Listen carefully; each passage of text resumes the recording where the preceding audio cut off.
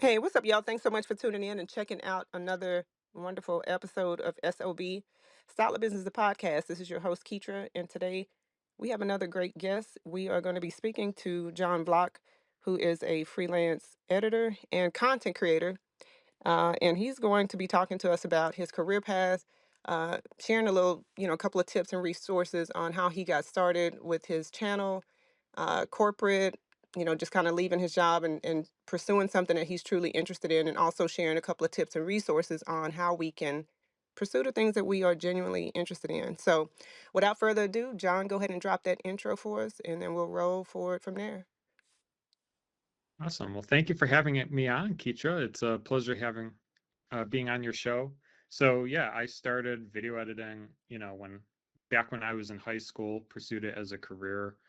Um, I started interning at the place that I left. I worked there for 9 years and was led the creative services team, did graphic design, video editing, led a team of editors, uh, led that team for 9 years. And just this past year, I left, started my own business. So I do freelance video editing for different clients, as well as being a content creator. So I do content creation on my YouTube channel. I started my YouTube channel where I teach other video editors how to edit. So it's primarily tutorial based. So, how to get started in video editing, how to use the software.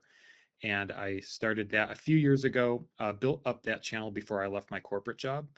And that's kind of when I started to see that take off. That's when I made the leap and started, my own business. So my business primarily is, client work, but it's also supplemented with content creation. So it's kind of like almost like a 50-50 split, which is really nice Mm. because I always thought about starting my own business, but uh, it's very seasonal, especially freelance work.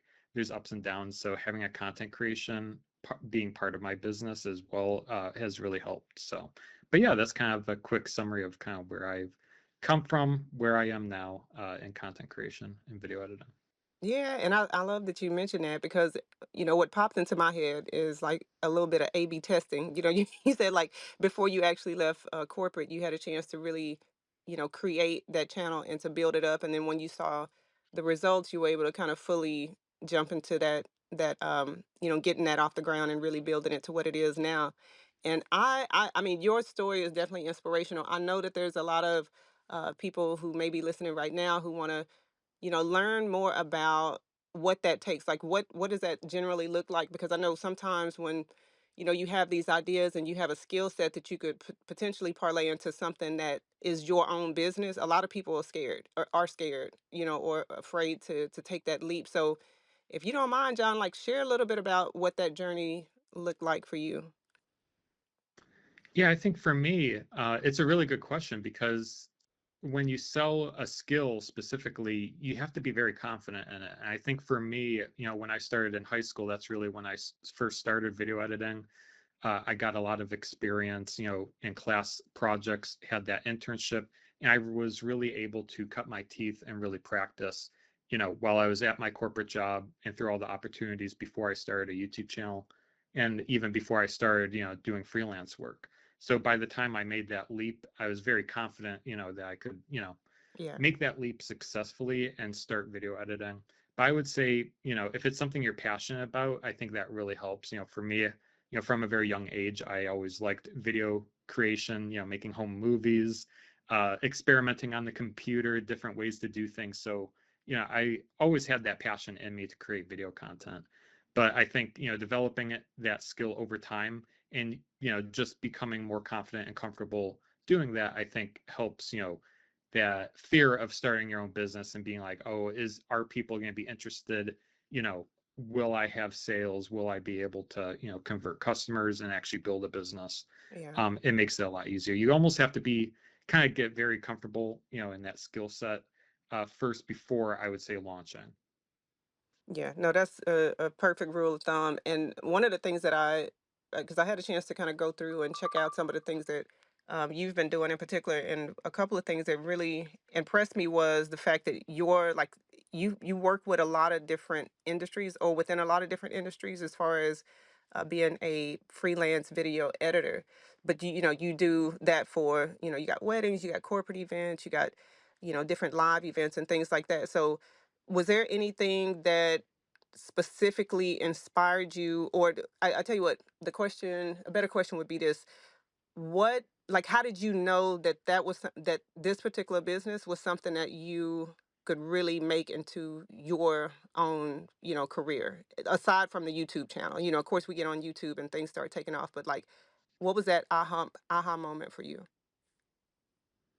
I think for me, what kind of separated me in the marketplace, I would say, when I look at kind of like my strengths and weaknesses, I would say is probably the speed, and especially when it comes to live event uh, video specifically, like you mentioned, weddings, corporate events. I do a lot of event-based videography and video editing for clients. And for me, it really comes down to speed and being able to deliver, you know, quick results, to turn around an event-related video or an event-related graphic or design. And I think that also has to deal with, working for a live event company for 9 years. I just built up kind of like the stamina and being able to turn around projects really quickly in a Yeah, very fast turnaround. Especially when you work in live events, you realize, everyone's running around with their heads chopped off, yeah. especially weddings, corporate events. It's a crazy atmosphere, and it doesn't. And it's not. It's also the same when it comes to video and graphic creation. You have to get the graphics and videos created for these events.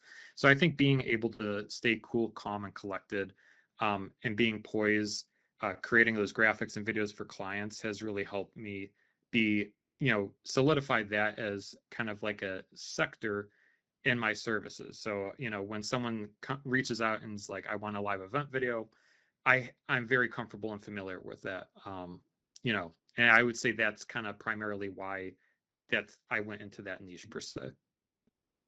Got it. Yeah, that's a great explanation. And I want to talk a little bit about, because I know with the your channel, you specifically provide like educational resources and how tos.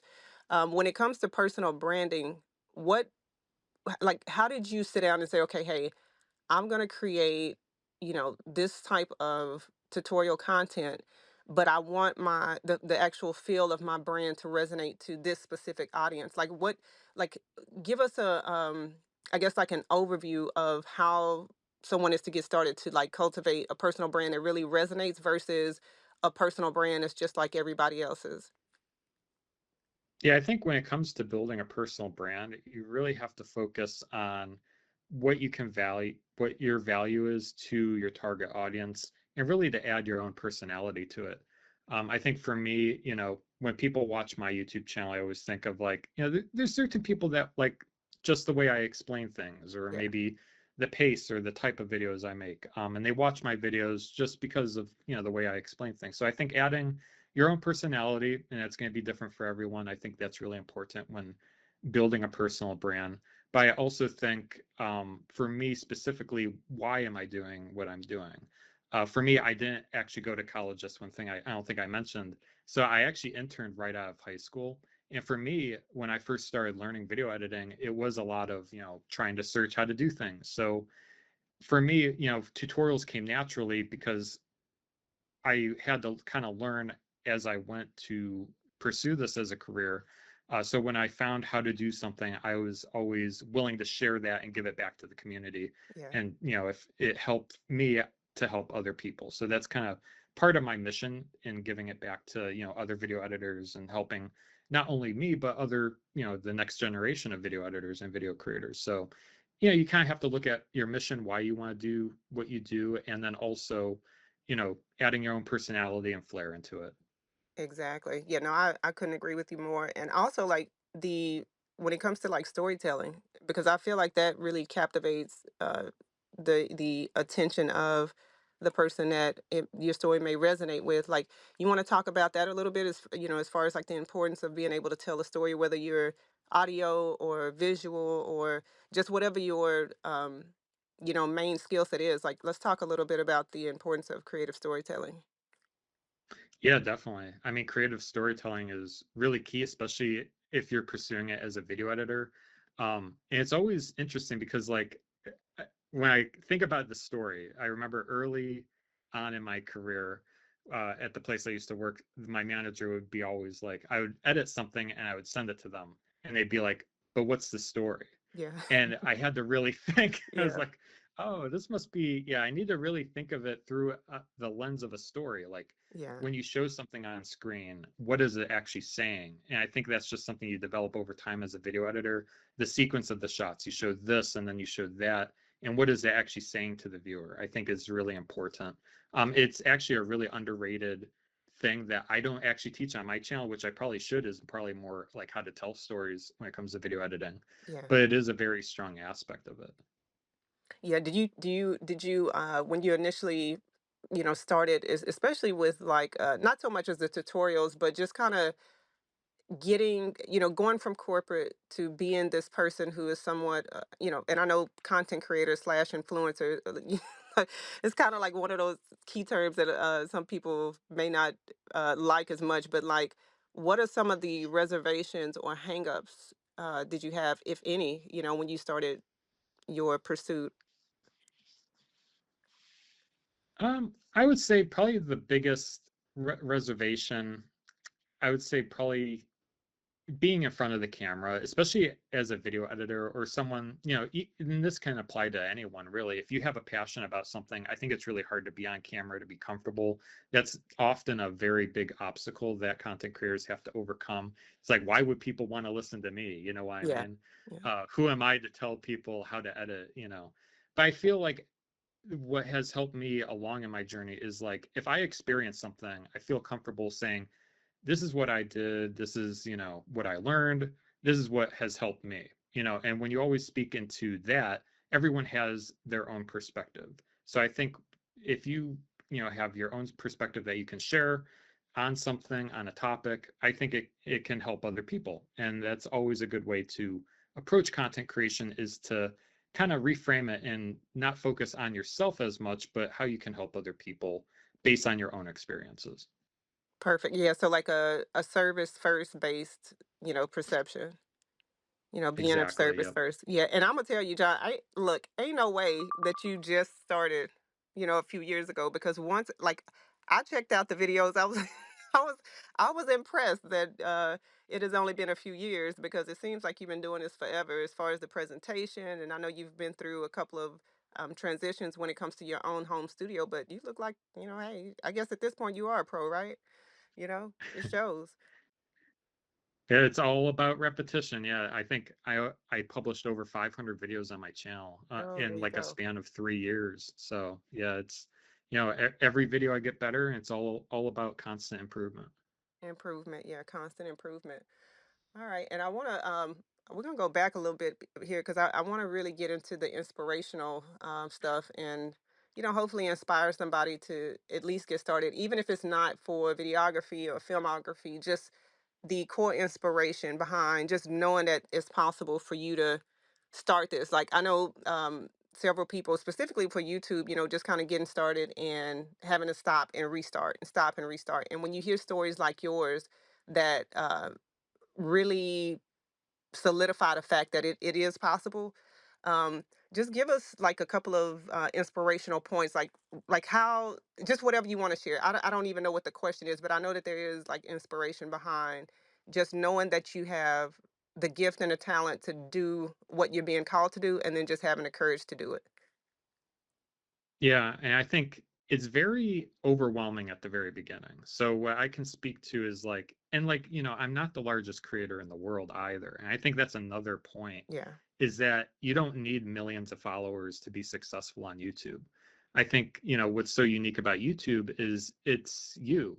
Everyone has their own perspective, their own voice. And when you lean into that, you can really create content and build an audience that likes you for you. And yeah, I think that's the key when it comes to content creation, because there's several Premiere Pro tutorial channels, video editing channels. And like I said before, people watch my content, they get connected, with me as a creator, as a person. And that's really why I also restarted my podcast, is to connect deeper, to have more conversations and build that type of content.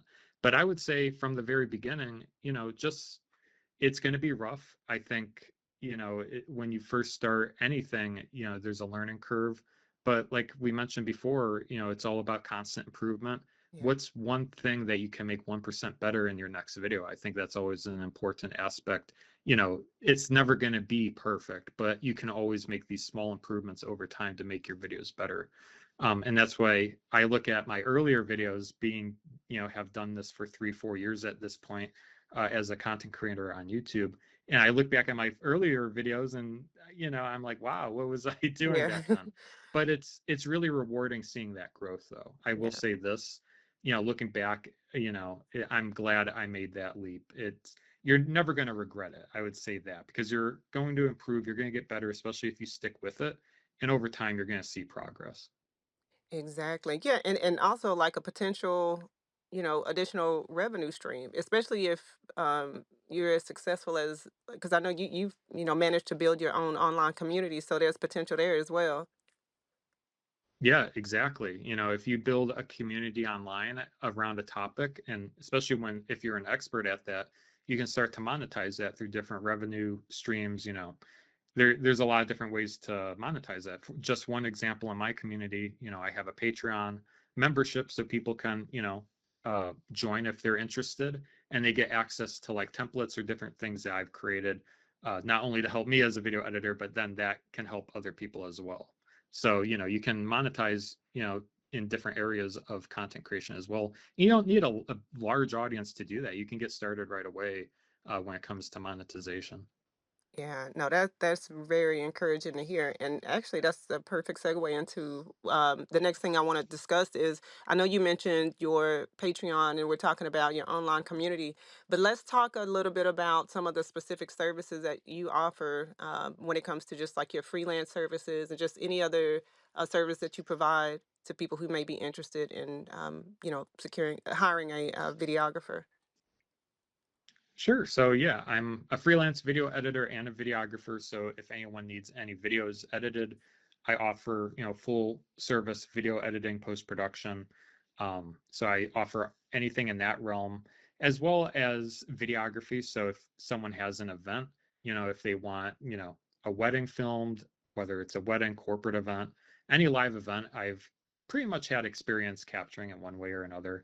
As well as like interviews, documentaries, pretty much any type of film I can probably edit and shoot. I would say I'm also a licensed drone pilot, which is fun. I Oh, love wow. Yeah. flying around in different locations, so that's a really cool thing. But yeah, those are the primary services I offer when it comes to video.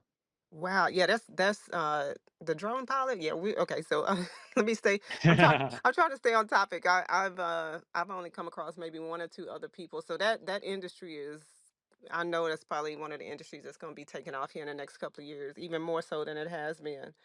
Um, let's get into like tell me a little bit about, do you ever have days now? I know it's picture perfect, and we we can present one way when we create and share content, but like, are there just days where you just don't feel like getting it done? Maybe there's a project, a deadline looming, and you're just like, oh, I don't feel like getting it done. Um, how do you overcome those challenges when it comes to just when you have one of those days when it's just like, nah, I'm not into this? Yeah, definitely. I think that happens a lot, especially in content creation. If someone's trying to start a YouTube channel, they're just like, I'm not feeling it today. I Yeah. have to, and me, I have to shave, I have to shower, I Right. have Yeah. to get camera ready. Or maybe it's script writing. It's like trying to come up with an idea of like, what do I even film about? But I Yeah. think Yeah. what has helped me is try to simplify the process for, whatever I'm trying to do. So if I know I have to make a video next week for my YouTube channel, if I'm not into it, I'll try to make maybe a video that's more low key, that's not as, involved maybe. Try to simplify the process has helped me a lot. If I'm not passionate or I'm just not, into it for Yeah. whatever reason, I try to make a more simple video. Try to start small and accomplish like a small goal. I think that's really what has helped me. But also like if I'm not into it, I try to maybe just try to do one task for like 5 minutes. And then usually it's just trying to get over that initial hurdle. And then once you get into a rhythm, you can continue a project. I've noticed that quite a bit. So it's just a matter of trying to maybe tackle it one small step at a time. That's what has helped me the most. Yeah, something to overcome the burnout.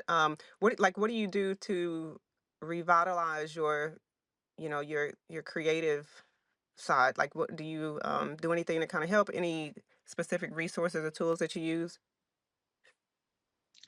Yeah, for me, I love tracking my time so I can clearly see exactly how much time I'm spending on a project. So I also Yeah. know how much time I'm resting as well, because I think that's also very important is to not, burn yourself out and to allow time to be like, okay, this is when I decompress. Like for me, I start my days, typically around 9, and I work all day, but then in the evenings, evenings are usually off limits. That's when I recharge, I revive, and like one of my favorite activities I recently got into is chess. I love playing chess, Oh, nice. and that just helps take my mind off of like the stressors of like video creation and like editing per se. So finding an activity that's fun. Like I also like going for walks when it's nicer outside, but finding something that can take your mind off of the daily work is helpful.